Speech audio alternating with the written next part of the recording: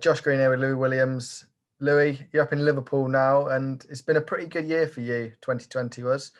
We saw you play a fair amount of online darts with a lot of success. Are you one of the players that you think has benefited in some ways from online darts? Yeah, 100%. I think with all this lockdown stuff, all I've done is play darts. Haven't stopped practicing.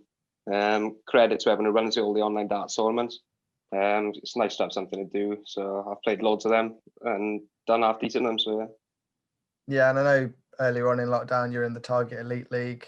A long time ago now it was, but the format there and all the players are obviously of a good standard in the Target Elite squad. Was that able to give you the competition that you needed through lockdown?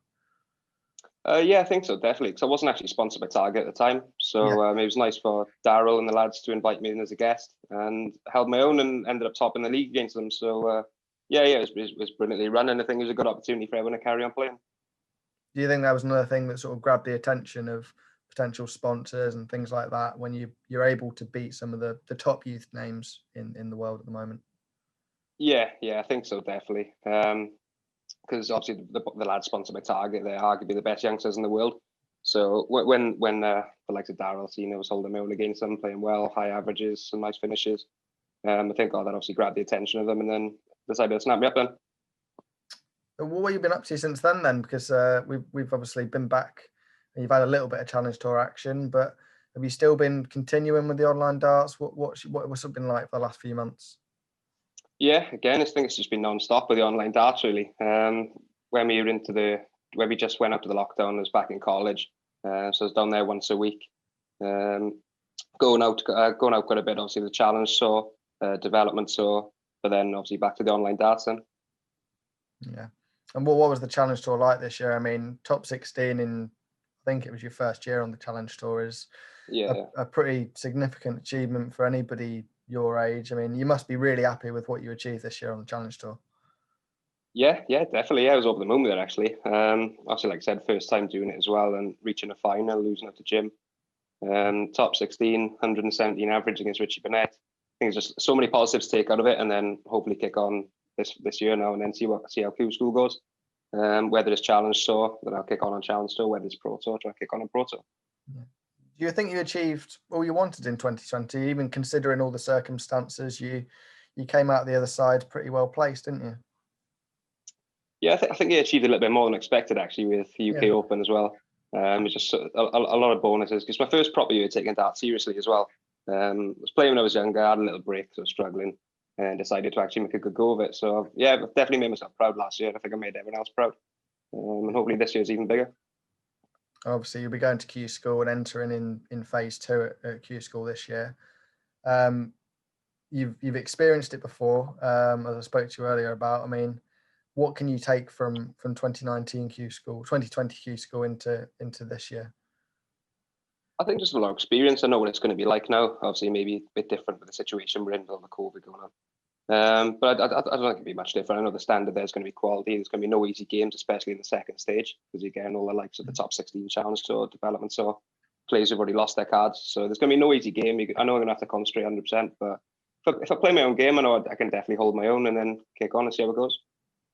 What do you think it's going to be like coming in a bit later? I mean, some people are saying that the players in phase 1 have a bit of advantage because they've already played, but obviously they're long days. So, I mean, some of them might be a little bit sort of worn out by stage 2. So I guess there's positives and negatives to entering in stage 2. Yeah, definitely. I think I'd rather just go in straight into phase 2. A little bit more time at home to practice and just to prepare for it. I know it's only the 4 days I'll definitely be there for. Mm-hmm. So I think my mind will be in the right place, and I'm really looking forward to it. It might be a bit of a silly question, this one, but I mean, what are the expectations going into Q? Do you expect to get a card, or are you going in there just, I guess, not hoping, but it's a silver line if you do?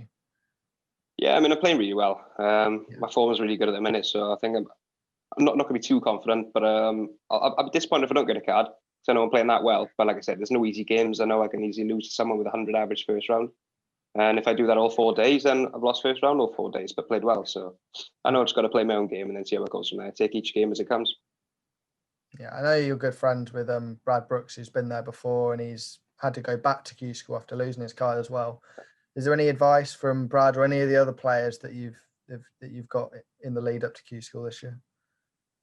Yeah, Brad's a good mate, and I know he's been there, done that since he was like 17. But yeah, he's done really well in Q school. I think he's just gone in with it with the right attitude, knowing he's going to do well, and he has done well. To be fair to him, he's doing awesome. Is there any advice that he's been able to give you going into Q school? Because I know it's a different kettle of fish to what you've been experiencing sometimes. Yeah, not necessarily advice, like you just said, just to enjoy it really. And then, like you said, I'm playing well. So if I just go in there with the right attitude and the right mentality, then I should do well. Yeah. And just looking back at the PDC World Championships, first Welsh winner of the PDC Worlds, I don't know how patriotic you are. I know lots of Welsh are very patriotic, but how much did you enjoy Gerwyn Price winning the Worlds? Nah, it's awesome. It's always nice to see someone from your own country doing really well. Just put Wales on the map a bit more.